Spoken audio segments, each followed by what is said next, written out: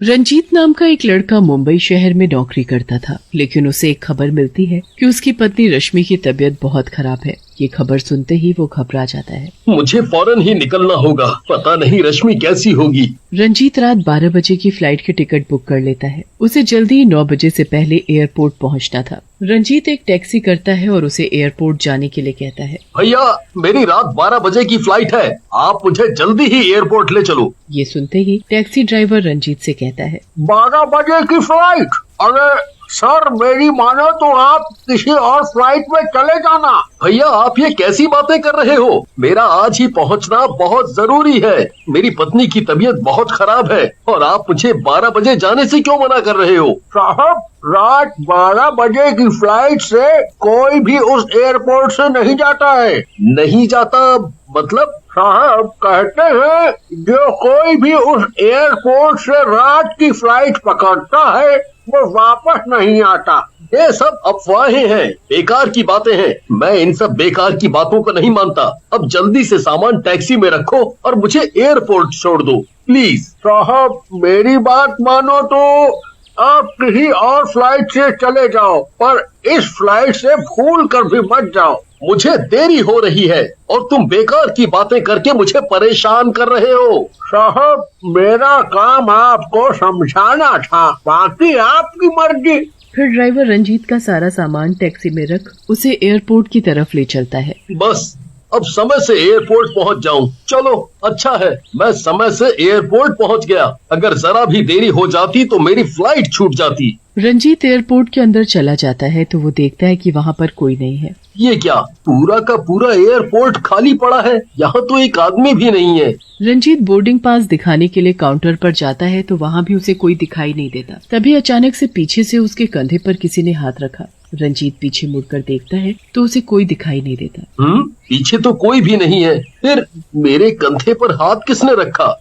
रंजीत ये सब सोच ही रहा था कि तभी उसके सामने अचानक से एक लड़का आ जाता है। उस लड़के के अपने सामने अचानक से इस तरह आने से वो बुरी तरह डर जाता है। तुम अभी तो नहीं थे, फिर कहाँ से आ गए? अपना बोर्डिंग पास दिखाओ। Boarding pass? हाँ, बोर्डिंग पास। रंजीत डरते डरते उस लड़के को अपना बोर्डिंग पास दिखाता है। फिर कुछ देर बाद रंजीत की फ्लाइट आ जाती है तो वो उसमें बैठ जाता है। रंजीत देखता है कि उसकी पूरी फ्लाइट खाली पड़ी है। ये क्या, इस फ्लाइट में तो कोई भी नहीं है। ये देख रंजीत को कुछ अजीब सा लग रहा था। तभी रंजीत के पास एक एयर होस्टेस आकर रुकती है, जिसका मुंह पूरा बालों से ढका हुआ था। मैडम, क्या आप बता सकती हैं कि पूरी फ्लाइट खाली क्यों है? इसमें एक भी यात्री क्यों नहीं है? तुम्हें अभी कुछ देर में सब पता चल जाएगा। कौन हो तुम? एयर होस्टेस मुंह पर से अपने बाल हटाती है तो रंजीत की आंखें फटी की फटी रह जाती हैं। चुड़ैल, बचाओ, बचाओ! चुपचाप बैठे रहो, ज्यादा शोर मत करो, तुम्हें तुम्हारी मंजिल तक पहुंचना है ना। वो एयर होस्टेस और कोई नहीं बल्कि एक चुड़ैल थी, जिसकी भयानक आवाज थी और उसकी आंखों से खून टपक रहा था। तभी कुछ देर बाद प्लेन एक सुनसान जगह पर आकर रुक जाता है। प्लेन के रुकते ही एयर होस्टेस अचानक से गायब हो जाती है और प्लेन के दरवाजे अपने आप खुल जाते हैं। रंजीत जल्दी से प्लेन से नीचे उतरता है तो उसे सामने एक एयरपोर्ट दिखाई देता है तो उसकी जान में जान आती है। एयरपोर्ट? हाँ, मुझे जल्दी से एयरपोर्ट के अंदर जाना चाहिए। क्या पता यहाँ कोई मुझे मेरी मदद के लिए मिल जाए। रंजीत बिना कुछ सोचे समझे एयरपोर्ट के अंदर चला जाता है और एक काउंटर पर जाता है जहाँ एक लड़का उल्टा खड़ा होता है। सर, मुझे अहमदाबाद जाना है। क्या आप मुझे बता सकते हो कि अहमदाबाद जाने की कितने बजे की फ्लाइट है? तभी लड़का रंजीत की तरफ अपनी गर्दन घुमा देता है और भयानक आवाज में कहता है, 12 बजे की फ्लाइट है। रंजीत लड़के की गर्दन घूमते हुए देखकर बुरी तरह डर जाता है और भागने लगता है। आज तो लगता है ये सभी भूत मुझे कच्चा चबा कर ही मानेंगे। काश मैंने उस टैक्सी ड्राइवर की बात मान ली होती तो कम से कम मुझे आज ये दिन तो ना देखना पड़ता। और जाने मेरी रश्मि का जाने कैसा हाल होगा। तभी रंजीत की नजर चेकिंग मशीन पर पड़ती है, जिसमें से उसका बैग मशीन से चेक होकर बाहर निकल रहा है और अचानक से एक कटे हुए सिर में बदल जाता है।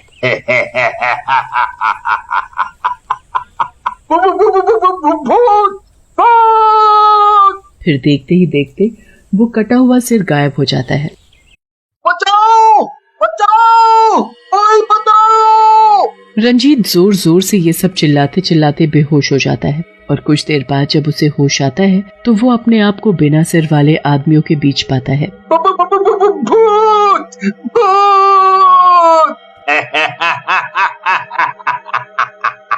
तुम कौन हो और मैं यहाँ कैसे आया?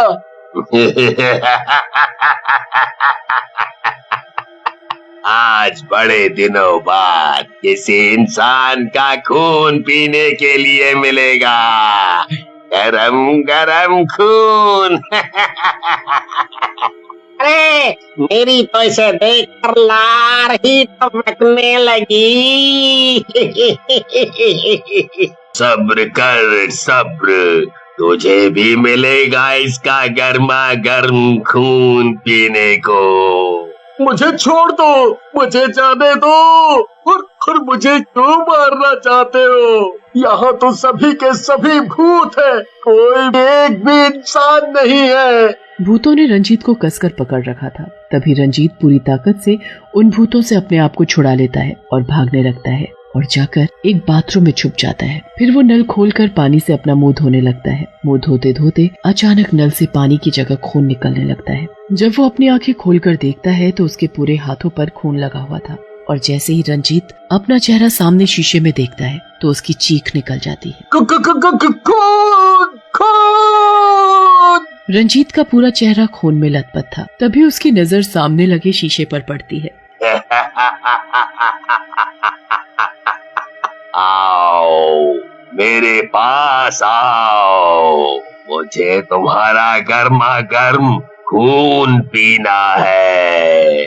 भागो रे भागो, मर गए। रंजीत बाथरूम का दरवाजा खोलता है तो देखता है कि बाहर बहुत सारे भूत खड़े जैसे उसी का इंतजार कर रहे हो। खून खून खून मिलेगा, खून खून खून खून मिलेगा, खून खून मिलेगा पीने को, खून मिलेगा पीने को, खून खून खून खून। रंजीत को कुछ समझ नहीं आ रहा था कि आखिर ये एयरपोर्ट कहाँ से आया और ये सब भूत भी। रंजीत उन भूतों के बीच से भाग खड़ा होता है और भागते भागते उसे एक आदमी दिखाई देता है जो उसे इशारा करके कुछ कहने की कोशिश कर रहा था। जाओ जल्दी जाओ, यहाँ से जल्दी जाओ, नहीं तो ये सभी भूत तुम्हें मार डालेंगे। भाग जाओ यहाँ से। लेकिन तुम हो कौन और क्या तुम भी मेरी तरह यहाँ आए हो? हाँ, मैं भी तुम्हारी ही तरह यहाँ रात 12 बजे की फ्लाइट से इस भूतिया एयरपोर्ट पहुँच गया और यहाँ आकर फंस गया। अब तुम जल्दी यहाँ से जाओ वरना ये भूत तुम्हें मारकर तुम्हारा खून पी जाएंगे। लेकिन मैं जाऊँ कहाँ? जहाँ भी जाता हूँ वहीं ये भूत आ जाते हैं। सुनो, मेरी बात ध्यान से सुनो। सुबह होने से पहले तुम जितना जल्दी हो सके उस प्लेन में जाकर बैठ जाओ। तुम्हारे बैठने के साथ ही वो प्लेन तुम्हें तुम्हारी सही जगह पहुंचा देगा और फिर ये भूत तुम्हारा कुछ नहीं बिगाड़ पाएंगे। अगर तुम्हें ये बात पता है तो तुम क्यों नहीं प्लेन में बैठ कर गए? जो गलती मैंने की है वो तुम मत करो। मुझसे भी किसी ने ऐसे ही कहा था जैसे मैं तुमसे कह रहा हूँ, लेकिन मैंने उसकी बात नहीं मानी। अब तुम देर मत करो। अगर तुम सुबह होने से पहले प्लेन में जाकर बैठ गए तो प्लेन के उड़ने के साथ ही ये भूतिया एयरपोर्ट गायब हो जाएगा और तुम बच जाओगे। तो चलो, तुम भी मेरे साथ चलो। आदमी रोने लगता है। मैं तुम्हारे साथ नहीं जा सकता। क्यों? तुम क्यों नहीं जा सकती? क्योंकि मैं भी इन भूतों की तरह एक भूत बन गया हूँ।